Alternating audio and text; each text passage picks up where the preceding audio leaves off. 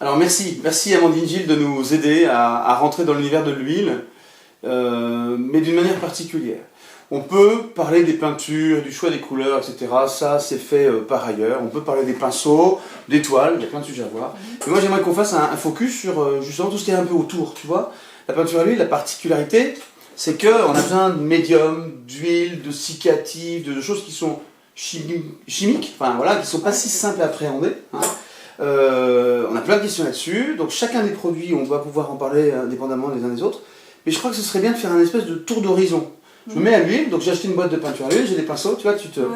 Et puis, qu'est-ce qu'il me faut? Est-ce que je dois acheter tous ces pots, tous ces tubes? Est-ce qu'il me faut par exemple le médium à peindre? Tu vois, voilà, enfin, Très bien. Alors, rapidement, hein, juste... Rapidement, en fait, on peut très bien utiliser la peinture telle qu'elle sort du tube, mais c'est un peu passé à côté du potentiel de la peinture à l'huile.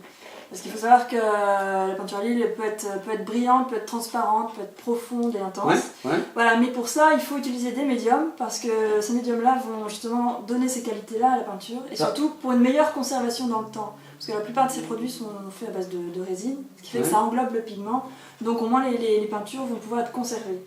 Être embellies et conservées. Chose que tu n'as pas dans la peinture à l'huile, directement dans les tubes. Bah, c'est possible, on peut utiliser la peinture telle qu'elle, hein, mais du coup, on va avoir du mal à l'étaler, va falloir attendre plusieurs jours avant de faire plusieurs couches, etc. D'accord. Alors, comment, toujours de vue d'un hélicoptère, hein, pour premier tour, premier apprentissage, les trucs de base. Alors, les trucs de base, c'est qu'il y a donc déjà l'essence de térébenthine, qui est le diluant.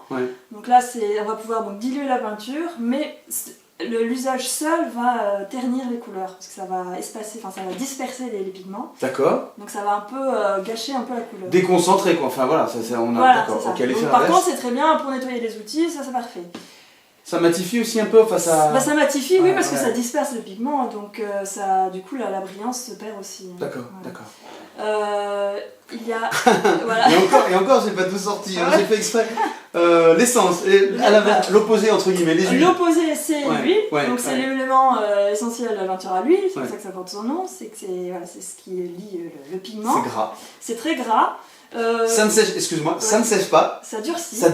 Il n'y a pas d'eau dedans, donc il n'y a pas de séchage. Non, voilà, c'est vraiment ça durcit dans le temps. Voilà. Et c'est pour ça qu'il faut l'utiliser en petite quantité, parce que sinon il va y avoir des problèmes justement de durcissement dans le temps et ça peut favoriser des craquelures. Surtout si on utilise d'autres produits avec, hein. C'est pour ça que c'est à prendre avec des précautions. D'accord. Mais en tout cas, pour faciliter le travail, c'est pour ça qu'il existe autant de médiums. Mais là, il y en a un, là, quand même. Voilà.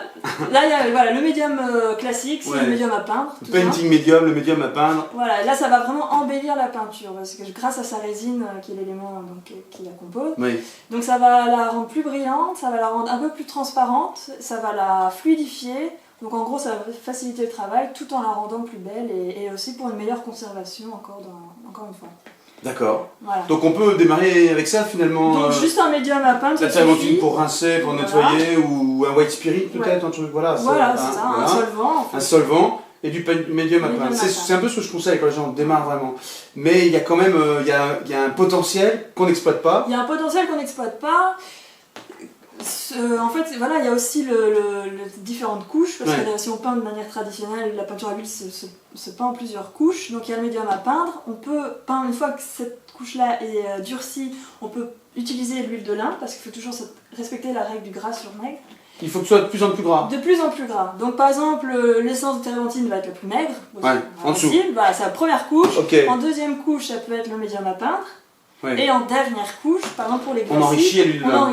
D'accord, ok, super. J'en ai pris parmi tous, hein, il y en a beaucoup. Le médium pour glacis. Pour glacis, voilà, donc ça c'est encore une fois, c'est un médium, mais c'est en dernière couche celui-ci, parce c'est un spécial glacis, parce que justement il va rendre la couleur transparente. D'accord. On peut l'utiliser avant, mais d'accord. le principe même du glacis, là où les dernières couches, en fait, transparentes pour passer... C'est ça, parce que le principe même du glacis, c'est pour terminer une peinture à l'huile, faire justement rehausser les lumières, ou au contraire renforcer les ombres. Ok, ça marche, ça va, ça rentre. Tout ça c'est un peu liquide, alors j'ai gardé justement la dernière botte là, on a aussi peut avoir envie ou besoin d'épaissir la peinture. C'est ça. À l'huile, il y a des médiums spéciaux. Voilà, il vaut mieux utiliser le médium d'empattement pour faire du relief. Encore une fois, si on a toujours un problème de séchage, enfin de dire si Vaut mieux, plutôt que de la peinture épaisse, c'est oui, ça? vaut mieux prendre un médium d'empattement, enfin c'est hautement recommandé plutôt que de vider son tube pour faire une pâte. Hein. D'accord, ouais, parce qu'on pourrait se dire, comme le médium ça coûte des sous, quoi. Et j'ai une peinture pas trop chère, donc, mais ça rend pas la même chose. Mais voilà, et puis c'est surtout que si vous prenez une grosse pâte de peinture à l'huile et que vous ensuite, si jamais vous repeignez dessus, le dessus va être sec, mais le dessous va être encore frais, et c'est là où ça va craquer. D'accord, prise de risque. Prise de risque. Ok, ça marche. Chacun fait ce qu'il veut. Bon, super. On est encore resté, comme je dis, souvent dans un hélicoptère. On a fait un tour d'horizon rapide. On a plusieurs paquets, les essences, les médiums, les huiles, etc. Merci beaucoup. On reprend de toute façon chaque point bien détaillé. Merci beaucoup Amandine Gilles, merci. Et bon démarrage.